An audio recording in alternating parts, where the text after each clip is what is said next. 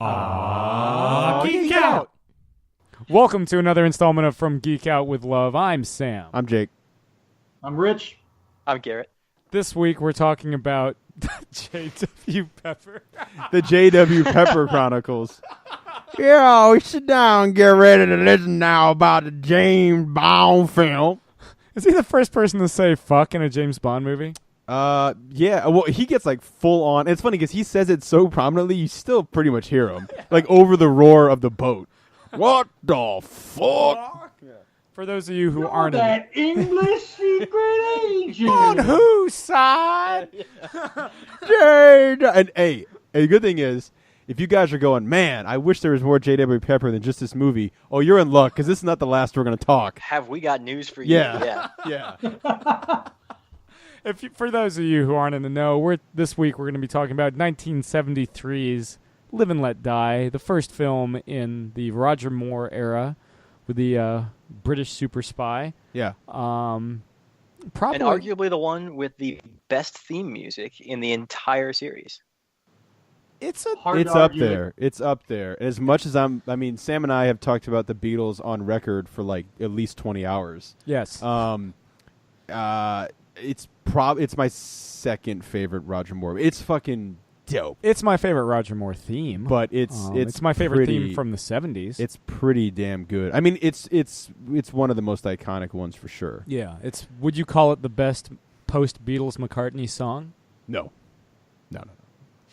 The one thing that's telling though is that it's still of the Bond themes. Live and Let Die is really the only one that still gets radio play to this day. It's between that, A View to a Kill, and Skyfall. Skyfall got played for a while.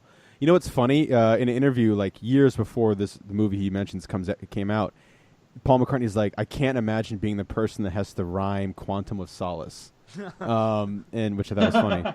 But he knew. Yeah, it's funny. Neither did Jack White. The story goes that George Martin brought the team the song, and they played it for him, and they go, "That's a good demo, but who are we going to get to play it?" And they're like, "That's Paul McCartney." Something along those lines. Well, but yeah, that's right. This is this may be the first Bond film that since his debut with it that isn't scored by John Barry. Mm-hmm. It's scored by George Martin. Yeah, because John Barry's busy. George Martin, who had scored some movies before, is brought in steps in. George Martin famously being the producer for all but one of the Beatles albums. Yeah. The one album he's not a producer of, for all you trivia fans at home, is Live and Let Die, Live and Let Die. It's fucking... Wow. That was a very easy mistake to make, because I in my head, I was like, and it is Live and Let Die. He doesn't produce Let It Be, which is produced by Phil Spector. Yeah. That's what I was trying to say. I will say... On the topic of radio play, I actually heard The World Is Not Enough like a week or two ago on Sirius XM. I did hear Live and Let Die on the radio yesterday, but it was the Guns N' Roses version, which I'm not. I heard that too on the way home from work. I'm not particularly a fan of, and I like Guns N' Roses, but I'm not a particular huge fan of their cover of it. But so yeah, it is played around, and I would say it's definitely one of the most popular, if not. And seeing it played live, McCartney play this live, get the fuck out of here. If you haven't seen McCartney live, with the fireworks. Oh my God, he rips on that. Awesome. He absolutely rips on that song. Puts hair on your chest. Yeah. Yeah. I will say right off the bat, this movie's not perfect, but I love this movie. There's a lot to like. I mean, there's just some really great scenes. Some with Roger Moore kind of trying to put his own spin on Bond. He kind of reverts after this, but there are some things that he does. For instance, the scene with him in the hang glider is he's got the turtleneck, he's got the huge cigar that he's chomping on like Hannibal. I mean, it's a very right out of the gate throughout the entire movie. He just seems to be saying, unlike George Lazenby, who's complaining about how the other guy got better treatment than him, Roger Moore's like, fuck the other guy. It's me now. Yeah, I mean, Roger Moore is the veteran of this big screen, small screen, and the stage, and so he's steps older in than it. Sean Connery. Yeah, he's older than Sean Connery, but he comes in and does a really, I think, he sets the tone pretty well for what's going to be, the longest reign, or most films by a Bond actor. Yeah. And I really dig it. I mean, it's got an interesting plot, and it's also got some interesting villains. Also has the weirdest, most hilarious villain death of any Bond villain. Oh, Dr. Kananga's? Yeah. Popping like a Macy's Day Parade float. If you want, I can message you guys. I have some behind-the-scene pictures from that. Where Yeah, they have absolutely. they have a balloon man. Oh, my God, It's yeah. like, this is offensive somewhere. Well, I remember having... If you didn't know the context, it just looks like a balloon of an African-American. Yeah. I remember I had my buddy TJ watch this. Our buddy TJ watched this for the first time like years ago. And I told him, I was like, the end of this movie, a guy blows up like a balloon. And he thought I was joking. And it happened. He turned to me. He's like, oh, you were serious. Like, yeah, I don't joke about James Bond. Yeah, but no, I mean, some really great stuff in the movie. See, I think, like, there's things I love about Live and Let Die. Mostly the boat chase, the theme, Jane Seymour. Oh, Jane Seymour is my favorite Bond girl from the entire Roger Moore era.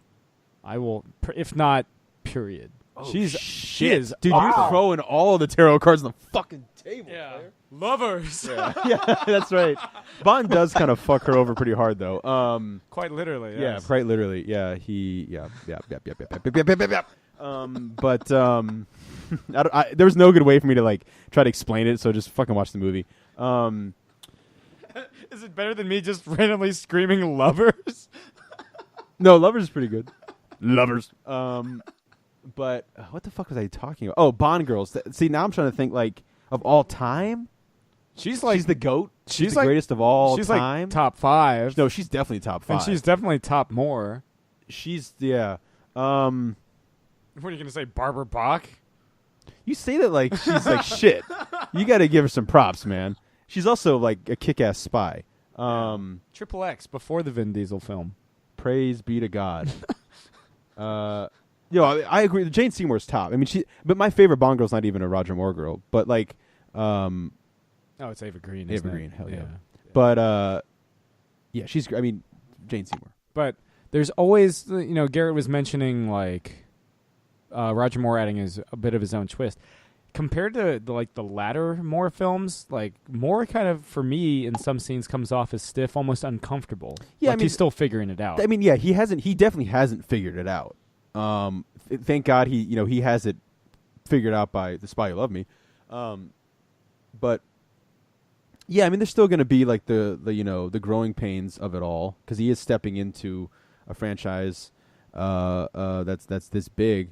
But I don't know. What do you guys think overall? Like, do you think he kind of still has a lot? I mean, like, do you think that Moore cemented majority of what's going to be the Moore stuff, or do you think he had a long way to go after this movie? I think that if you were to look at this movie and look at a lot of the scenes where he's not fighting, where he doesn't have to do a lot of the physical stuff, he comes off as maybe a little bit more comfortable than Connery did in Dr. No. Yeah. Working with a lot of familiar stuff. So there's a boat chase. Like the formula at this point is really, really there. There's a boat chase. There's a fight on a train. Oh yeah, classic. He's fighting. I mean, this is his first outing. He's fighting a guy with a metal hand. Yeah. And like a voodoo master. Top Hat Man. Yeah. What is the version of Baron Samedi that he shoots apart? Yeah, and he shoots his head, and it's broken off like glass. He's And like, he looking looks around. up. Yeah. Yeah. He's great. What is that, guys? I was watching this movie with Garrett when I was down in Florida last month, and that happened. I was like, "What is that?" It's chaos. How do you pronounce it again? Baron Samedi. Baron Samedi. I've never known I've always kind of Baron Samedi, Baron Samedi, Baron. But, I think he gets 7 different pronunciations over the course of the film, which so is, yeah, I think it's all correct. It's all over the place. He's great. I mean, I'm surprised. I don't feel like he's talked about as much Do you think He he's shows up in Goldeneye. Yeah, he does. He does, and I know that's where a lot of like our generation probably knew him best, even before Live and Let Die. But do you think I just don't feel like he's talked about as much, like when they talk about they're always talking about Jaws, Goldfinger, Blofeld. Do you think he's like top tier in terms of like making his place in the James Bond pantheon of villains? No. Fair. Just right No, off. I mean, to me, like when it came to the villains in this movie, I thought that the whole drug lord aspect of it was a really, really cool direction to go, but it was kind of just a little too convoluted. There was almost a little bit too much going on, and and I understand that I'm a little biased in this, but it's just a little too cartoony for me. That's why I wouldn't put any of these villains in the upper pantheon. You wouldn't put Whisper at the top of the list? Pardon me? You wouldn't, what's his name? Whisper, right? Yeah. Who gets? He's not up there. They shoot the sofa. They and shoot the couch. Yeah, and he falls into it. Yep. It eats him. Yeah, it eats him. And then pops. Whisper. Yeah, Whisper. There's so many, like, this film is very clearly like an attempt to if Diamonds Are Forever, all the good things that Connery did. Well, if Diamonds Are Forever was a way to kind of reposition the franchise towards American audiences, this is kind of like making more inroads towards, like, blaxploitation films are big in the States they at the time. They were huge then, yeah. Right. And so speaking of, yeah, yeah. I mean, they're looking. One of the things about watching this film in the 21st century now is it's kind of difficult at times, because I actually when we watched the film again, I actually took the time to count the number of black people on screen who are not part of the massive international criminal conspiracy. And at the beginning of the film, jokingly, I said, I bet I could count them on one hand. And I should have put money on it, because the number is 5. You're kidding. 5. That's counting extras too, isn't it? It's counting 2 extras that show up in the CIA golf club base. There's Quarrel Jr. There's the CIA guy that gets killed in New Orleans. The one CIA guy, and I'm blanking on number 5. Probably just another extra somewhere else. Yeah. Probably, but I mean, even the most ridiculous one is when Roger Moore gets into the cab and like all these people are radioing in about where he is and where he's going, and then he gets out of the cab and the cab driver picks up the radio and says, "Okay, he's coming in now." Yeah. Which just literally everybody. Yeah. I will say, James Bond kills a snake with his cigar and hairspray. He does. It just kind of rolls yeah, over. That's right. It just rolls in. He's like, fuck you. So that's something cool.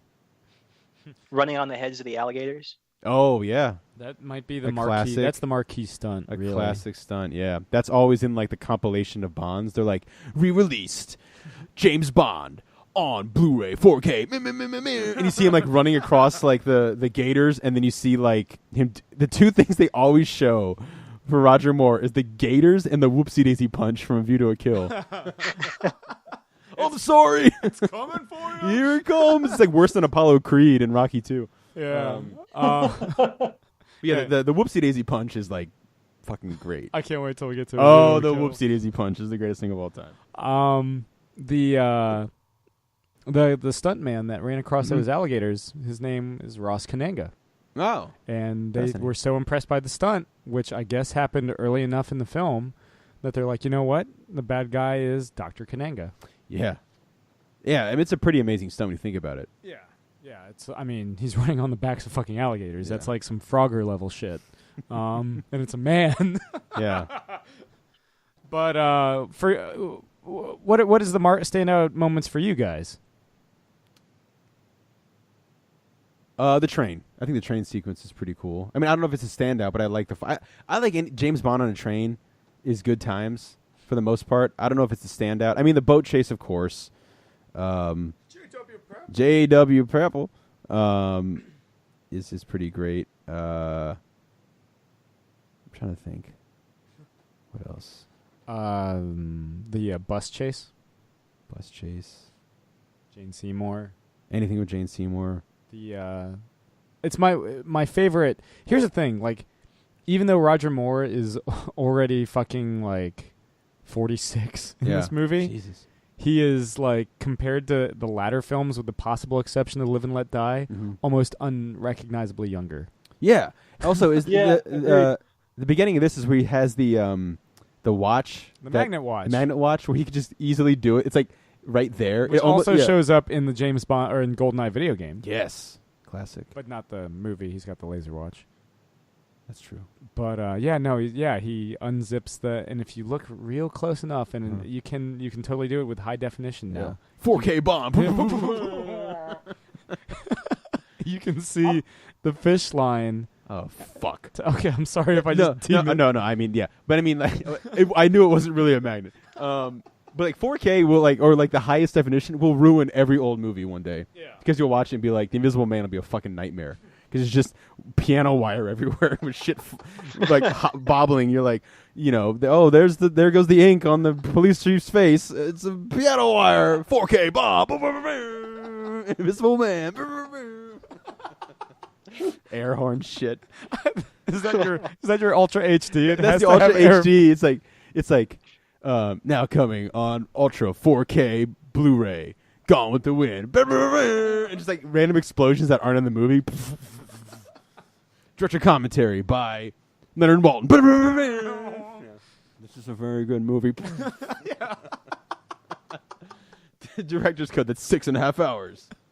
I would watch 6.5 hour cut of Live and Let Die. I want to Live and Let Die, yeah, not fucking Gone with the Wind. Yeah, that already feels like 6.5. You ever hours. sat and just watched that all the way through? Oh, of course.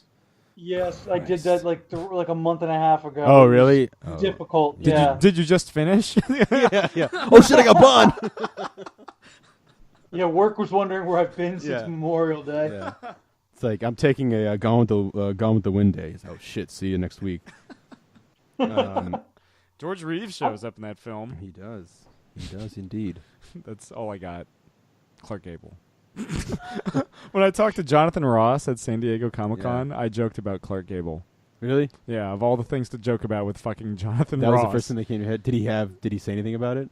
He laughed. Oh, he's, It might have been a pity laugh. At one point, I looked over and he was like, "Hey," and I looked over and he had a Captain America plush toy, and he just was staring at me, and he's like, "Oi," and I was like, "Yeah." He's like, "Ha!" and he just put it away. I love Jonathan Ross. Yeah, he's great. Jonathan Ross is great. Go to San Diego Comic-Con, kids. You can meet Jonathan Ross. You should have told him. We should have told him we did a Bond thing, because he'd be like, "Oh, Bond." Yeah. I'm British. He's the guy that got Stallone to rank the Rocky movies 1 out of 10. That's right. And then he didn't give Balboa any stars. He was just like, done. Yeah, done. He gave 5-0. That was the only one. I think it was first film was 10, second film was 7, third film was 10. I think I don't remember what 4 was. It was high. It was high, and then 5 was 0. Yeah. How did he feel about Rocky Balboa? He just said done. Yeah. He's just like, it's the end. Yeah, and it's not. Oh, okay. Gotcha. Because they just confirmed that Ivan Drago's in Creed 2.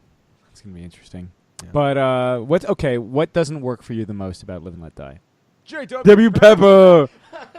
I'm curious to hear Garrett's take on this because I know he's a big Moore guy. Yeah, I mean,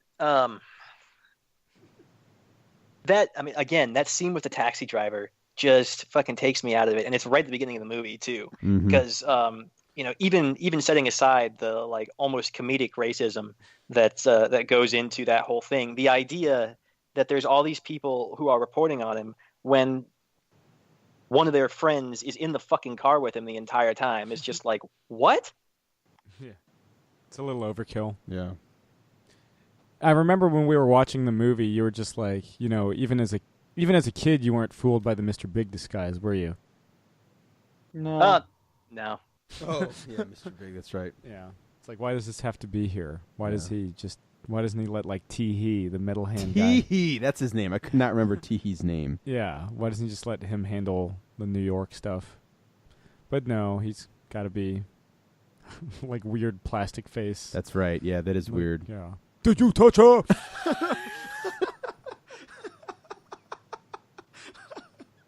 A gentleman never. Tee-Hee. Yeah. Oh, shit. Yeah. Remember the name of the crocodile that takes Teehee's arm off? No. Albert. Oh well, that's a fair name. Albert Broccoli. Yeah. Yeah, Albert Bryan. This is the second to last film that Harry Saltzman produces because Have you ever? Here's the thing. Jake and I have a birthday coming up. I'm just gonna float this out there. The Roger Moore's diary from Live and Let Die is available. It's fucking bonkers. I would love to own this. Like, he goes on, like, apparently the making of this movie was just, like, fucking wild. He resented having to lose weight and cut his hair for the role because he had kind of longer hair at the time when he was first cast. So he had to do all this sort of thing. He got annoyed at his publicist at some point. And when he found out his favorite hairstylist was, like, fired or something, he threw his breakfast toast across his trailer. Because if you're going to throw a piece of toast. breakfast, it's got to be the toast. The breakfast toast. Yeah. And apparently, he also insinuates that he knows who killed JFK. So I want to read this. So again, we have a birthday coming up. Just putting that out there. But yeah, wait, Rich, what's the part of the movie that doesn't work for you? Probably as comedic as he is, J.W. Pepper. It's just so out of there. It's so fucking out It of left really field. is. Like, it's one of those things, and again, watching these now as an adult as opposed to when I was 9 years old or 8 years old, and then watching them understanding, okay, Connery, then Lazenby, then Connery came back in body or in what was a very former shade of what he had for a body in his original movies. And then you move to Moore, you can kind of see how things progress, but this being the first Moore movie, it really kind of came out of left field. And to get back into it, like I remember really, I watched this sometime around the 4th of July. I really enjoyed the villain that we just named, Kananga, the exchange that he has with Bond towards the end of the movie when they're in his lair. Yeah. Before they start to get into the fist fight. You sit there and like he's pretty convincing. It's somewhat serious. He's kind of doing kind of like a bad guy with a wink type of routine, I think. And then he inflates and crashes against the ceiling. Yeah. And like there was a real kind of reliance on those off the wall gadgets, and you start to see that they're going more and more in that direction. Which I've never been a particular big fan of. So those are kind of the things that jump out for me. That being said, I really do enjoy this movie. This is one of my more favorite Roger Moore movies. I can watch this pretty much whenever it's on and enjoy it for a lot of reasons. He was a much fresh take on Bond. I think that. And I probably didn't appreciate this until I've started rewatching some of his movies over the last couple of weeks. For the Moore era, outside of View to a Kill, he never really mails it in. Yeah, true. Like you never sit there and go, like the way that we talk about Diamonds Are Forever, or You Only Live Twice. Like, there's never really that mail-in, so maybe he doesn't reach the peak that Connery had, but he certainly doesn't reach the lows that I think he reaches a peak. To. Pardon me? He reaches a fantastical peak. It's called Moonraker. Yeah, then he jumps out of that peak in the opening scene. No, I mean, I think that's right. But that's kind of, I think, a fair critique of Moore and maybe even this movie, is that this was kind of a breath of fresh air from Diamonds Are Forever. Well, I think so. I mean, they're clearly somehow more stripped down than Diamonds Are Forever. It is, but they're also not writing for Connery anymore. You know what I mean? Like, and they're not stuck in Las Vegas. And they're not stuck in because he travels quite a bit in this film. Yeah, he does. I mean, with Lazenby, he never really got his due. It's still kind of the ghost of Connery, but because he was a fucking chocolate milk commercial boy, but big fried chocolates. Yeah, but Roger Moore's got his like I said, he's a veteran of the arts at the time, and I think that's a good point. He doesn't phone it in. He's always got that charisma. even the whoopsie daisy punch. You know, and he'll shock you too. Like there's moments, you know, For Your Eyes Only being the height of it, but he has moments of that cold-blooded assassin that Bond is. Well, it doesn't. For me, the scene that doesn't age the best, but he looks fucking cool. I love his look at the end of the film. The tactical turtleneck, the shoulder holster. Yeah. Oh, yeah. Yeah, great look. Fantastic look. Gigantic gun. Yeah. Having said that, it is kind of worrisome watching him like basically walk into a village with like a fucking like Colt Magnum and like lay waste to like villagers. You know, very, very Resident Evil 5 going on there. Yeah. And then, like, Baron Samedi has got, like, the best, worst death ever, where he falls in the coffin of snakes and does the, And then you see him on front of the train, laughing as Live and Let Die starts playing again. Yeah.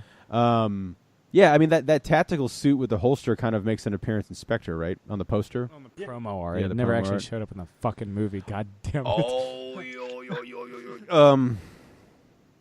what a fucking mess. What a mess. Still want to watch Spectre? I had this like weird. I told Sam like right as we were starting, like right as we hit play, and we got you guys on. I was like, I have this really weird urge to watch Spectre, and I think it's because they announced that like Bond's coming back in 2019 with Craig again. Oh, let's talk about that. Yeah, which it's is timely, exciting. Even though this episode doesn't post until like That's September.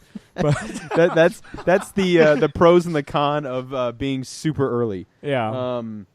But I mean, you know, I tagged you guys on Facebook, but like, yeah, they announced 2019, but then right after, like a couple hours later, they were like, oh, you know, Craig is still doing it, Yeah. which is exciting because I told Sam, Same writing team, too. I posted, oh shit, a Spectre. Well, the guys that wrote They've Spectre. written like all the Craig movies, though. Yeah. Oh, they have. Okay, well maybe they should go because they're Neil Purvis Purvis and and Rob- Wade, yeah, or Neil John Purvis, Logan. they're One of the two of those three. Logan's out, but Neil Purvis and Robert Wade are. okay because they're getting yeah. a little, you know, 'Cause long in the tooth. John Logan was brought in to polish the Skyfall and Spectre scripts, and Paul Haggis polished the Casino Royale and Quantum of Solace scripts. Interesting. I mean, I still have faith in it, but I mean, just don't be Spectre. Yeah, But the rumor is this is going to be the last Daniel Craig. Yeah, film. I mean, 'Cause he'll be like 69 or 2019. He'll be 51 when the movie comes out. There's been a 50-year-old Bond since Roger Moore. Brosnan wasn't 50 in. 49. They pulled the plug right so before. this would be the fifth Bond for him. Yeah, Any but word on who the director's going to be at this point? No, not yet. There is a rumor that after this, because Michael Wilson and Barbara Broccoli are starting to get long in the tooth, that they're going to sell the franchise. shit. Really? That's all All right, boys, get your money together. Birthday's coming up. Yeah, birthday's coming up. Get those family checks together. Yeah. Savings bonds. Yeah. So, savings bonds because we're saving Holding on to bond. Confederate notes for years. Yeah. But I told Sam too. Like I kind of posted on the Facebook thing. Like as much as I don't like Spectre, like I wasn't ready for Craig to leave yet. Like I wanted at least one more Craig movie. You know, I've really enjoyed him overall. Like even not liking Spectre very much, I liked chunks of his stuff in it. The other rumor is not only would this be the Broccoli's last, which is kind of wild That is because outside fucking of wild. Thunderball, they've produced every single one, at least in the official canon. The rumor is, they're going in with the intent to go out on a high note because they But yeah, felt. that's, I think they kind of that was part of it. They were like, we kind of maybe fucked up with Spectre. Let's just close it out. Well, I think they started to believe the hype of Skyfall so much that they were like, let's just go. Yeah, and it I've was I've mentioned this on previous episodes, and I'll mention this certainly on the Spectre episode. They basically wanted to make Skyfall 2. Yeah. Yeah. Is, yeah. Yeah, but funnier. Yeah. Yeah. Yes, because that's what it needed. Well, it's funny because like it's kind of what's happened with Craig's Bond is like my favorite being Casino Royale. Quantum of Solace is let's make a direct, like an absolute, the most direct sequel that's ever been to a James Bond movie, and look what happened. Skyfall comes and kind of revigorates the whole thing, and they're like, well, let's make a direct sequel to that, like Bing Bang Boom, and it's the same kind of thing. Like, no. So maybe it's good as ending on an odd number. Well, I think that even to go one further, the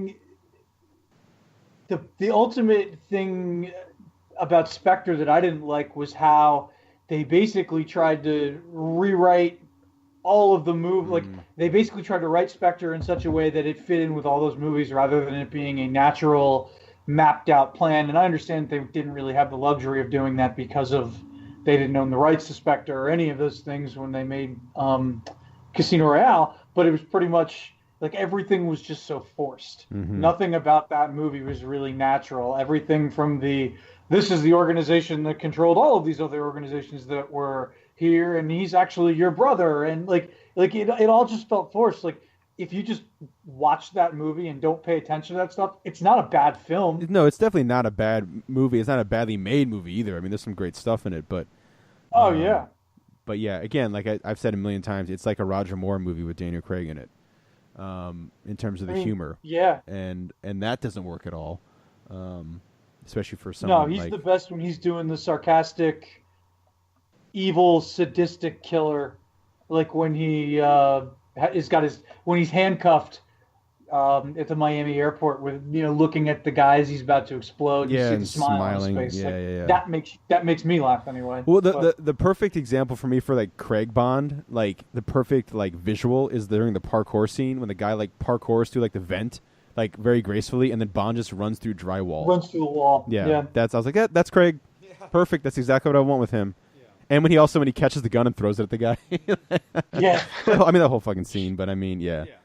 What did you say? What would you say is the most definitive Roger Moore moment in this film?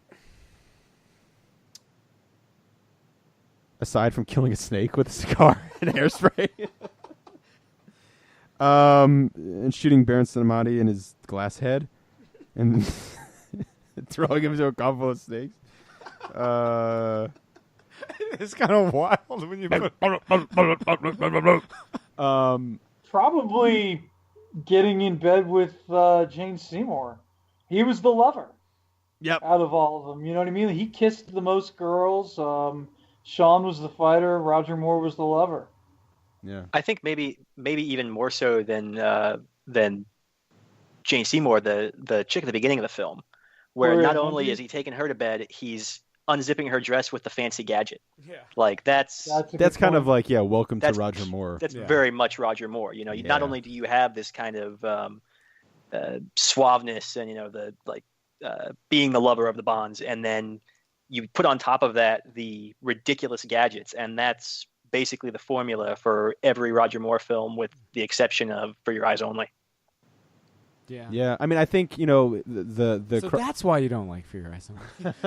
I have a lot of reasons for not liking For Your Eyes Only, but Ooh, I'm interested to talk about that then. But we'll get we'll get there. But yeah, I mean, the alligator jump, or the alligator whoopsie daisy walk, and then the boat jump's pretty cool too. Yeah. Not just the what the fuck, but like the actual like jump. Yeah. Is pretty darn cool. So. Again, like I said, plenty of stuff. I mean, there's not plenty of stuff, but there's stuff that's not, it's not a perfect movie by any stretch of the imagination, but I think it's a great introduction for Roger Moore, and I think it's got some really great stuff that I enjoyed. I've watched it. It's definitely not the least watched Roger Moore movie for me. Don't you own My Word Is My Bond? Yes. Which is not to be confused with, again, Roger Moore's like Live and Let Die. Yeah, it's more of like his life, not just Live and Let Die. Yeah. But I think it was published right after Live and Let Die came out, or sometime there around. What was the general feeling? Or was it later? I'm pretty sure it was later, because it's like of the press and the fan base when they found out that Roger Moore was going to be Bond, because he's light brown, dirty blonde, blue eyed, following up Sean Connery.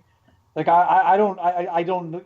It obviously couldn't have been as much of an outrage if it was at all, like it was when Craig signed on, because the media and social media and all that stuff wasn't as big. It didn't exist back then. But what was the general consensus of the fans when they found out Roger Moore was going to be playing James Bond? I don't know necessarily about the announcement, but Live and Let Die, if you adjust for inflation, is the highest grossing Roger Moore film. Mm-hmm. I think people were curious. Yeah, people wanted to know. To know. Yeah, it reinvigorated the franchise. Certainly, like outgrosses On Her Majesty's Secret Service. I think it might even outgross You Only Live Twice. And it's like on par with Diamonds Are Forever, because everybody was curious to see Diamonds Are Forever because Sean Connery was back. Yeah, yay! But yeah, it was. I think. I mean, it performs very well. I think it does better in terms of making Bond fit in with American audiences than Diamonds Are Forever does. Because even though it's like blaxploitation, Bond is still Bond in it. He's not like out of shape, disinterested Sean Connery. Yeah, yeah. You know, it's the most physically fit we'll ever see Roger Moore as Bond, because it's all downhill from here, buddy. I mean, to be fair, the dude's like 58 when he quits, but still. Yeah. So I think audiences were very receptive to that. And you know, Man with the Golden, so much so that the Man with the Golden Gun comes out. Historically, there's like what, a 2-year gap between Bond films, or there had been. Man with the Golden Gun comes out in '74. It comes out a year after. It comes out real quick. Yeah, that's crazy. I think they were trying to capture lightning in a bottle twice. And as we'll talk about on like the next episode, maybe they don't succeed, because honestly, we've been bashing A View to a Kill. There are some days where I'm watching The Man with the Golden Gun. I'm like, is this one worse? Oh, that's every day for me. I'll take A View to a Kill over Man with the Golden Gun. That's sit down every day and you put on you put on Man with the Golden Gun, like, so that you can just be reminded of how bad things can get. Yeah. My father today, he's over in Thailand with my stepmom, and he actually is visiting the Man with the Golden Gun island. Like with the giant rocks in the background. Yeah, he doesn't look. I mean, my father in all pictures doesn't look like interested. Yeah, but he's there. Yeah, well, that's good. So, just to I mean, you've gotten me and Jake's favorite things about this film. Is there anything? And we've all gone over our least favorite things of this film. What? Garrett and Rich, what are your favorite things from this film? I like the villain a lot. I like Kananga. I like the whole drug cartel aspect of it. This villain is really one of the more fleshed out. I think this is probably one of the Bond villains where they take the most time in actually making him into a somewhat believable character. Yeah. It does kind of go pretty quickly downhill as the Roger Moore films really get started. You get into some really ridiculous territory really quickly. But even compared to compared to the Sean Connery films, or even the Daniel Craig films recently, Kananga gets a lot of time to kind of be a real fully fleshed out character rather than just some kind of random guy who happens to have designs on the world. Yeah, he's not a megalomaniac, who just wants to like take over the world. He's a much smaller villain in scale. Yeah, I think that's a welcome thing too. But ironically, that kind of makes him all the bigger in the film, because it's almost, what he's doing is almost something that somebody might try in real life. Yeah, agreed. Yeah, also a really great performance, I think, from him too. Yeah, absolutely. And then he goes on to be in the first Alien. He goes on to be I think he's in fucking The Running Man. Yes, he is. Yeah. Yep. I was trying to remember Yeah. Because I knew Alien. Yep. Yeah. So, he does some good work, at least some good genre work. Absolutely. After this film. And, of course, this is the beginning of the Moore era, so we'll be talking for the next, 6 episodes, unless we do a Never Say Never Again interlude. Are we okay. Are we going to talk Never Say Never Again? Or should here's some. I'm gonna throw it out first, because I was pro let's talk about Never Say Never Again as a single episode, but now I'm like, let's just mention it during the Octopussy episode. I don't think we need to do a whole episode to Never Say Never Again. I think you're probably right. We could do 10 to 15 minutes tops. Yeah, because they came out at the same, it battled. They battled competition. They battled each other in the box office. We can definitely, I think, mention and talk about it, but official stuff, I think, deserves more of our time. And we also already talked about Thunderball, which is basically the same thing. Not basically. yeah, it's fair. All right. Well, you guys have any last reflections on Live and Let Die before we put this one to bed? I enjoyed it much more watching, because this is probably the first time I'd seen it in almost 10 years. I enjoyed it much more than I thought I would have, or that I remembered enjoying it years ago. But I think it's because I'm watching them now in order as we're, going to talk to them, and I'm comparing it to the last one, and the last one was just so fucking bad. That's fair. And the next one, I know what's coming. Brace yourself. With Scaramanga and Knick-Knack. Yeah. Oh, Mr. Scaramanga. You know what fight is kind of lame? The action sequence in this film where he's going around the airport in the small plane and oh yeah. Yeah. That's kind of an extended sequence for no reason. He doesn't have great fight scenes in his repertoire. He's got some good chases. chases, hell yeah. It's the best chase. The best All-time chases. Yeah. And some of the best stunts, but you don't think of hand-to-hand combat Roger Moore scenes. No, there's no G.I. Joe punch Roger Moore. There is, but it's not a great punch. Pull his back. Roger Moore, action figure. Pull his back. Whoops, easy punch. Well, in the next movie, doesn't he take on a slew of young schoolgirl ninjas? No, they save him. He takes That's what it on is. Yeah, they in save him, the yeah. dressing room or whatever, right? And They they hit the fucking mirror, and the mirror reveals the camera crew filming and they keep it in the movie. YouTube that shit as soon as we're done.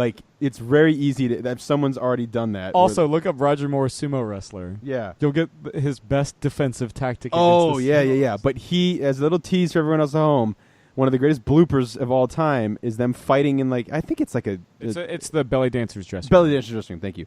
Yeah, and someone hits the mirror, and it moves to an angle where it just exposes the entire film crew filming it. Yeah. And they leave it in, and it's freaking hilarious. Well, this has been Garrett. You got any final thoughts? 5 people, man. 5. Every time I watch this film, I remember things about it that are great, and then I walk away, and 2 weeks go by, and all I can think about is 5 fucking people. Come on. Yeah, I remember. Yeah, because you had come up north for Kim's wedding. Yeah, Kim, and we were down in Chesapeake, and you're like, I saw that movie 2 weeks ago. All I remember about that movie is 5 people. So the math holds up. Yeah. So. Stay tuned. Next time, we'll be covering Roger Moore's sophomore slump in The Man with the Golden Gun. This has been another installment from Geek Out with Love. I'm Sam. I'm Jake. I'm Rich. I'm Garrett. Goodbye, James Bond. This has been another Geek Out production. If you enjoyed what you heard, hey, we've got a special episode every Friday. Of course, there's the usual catching up show every Wednesday. And you get book club episodes just about every Tuesday these days. Thanks for listening.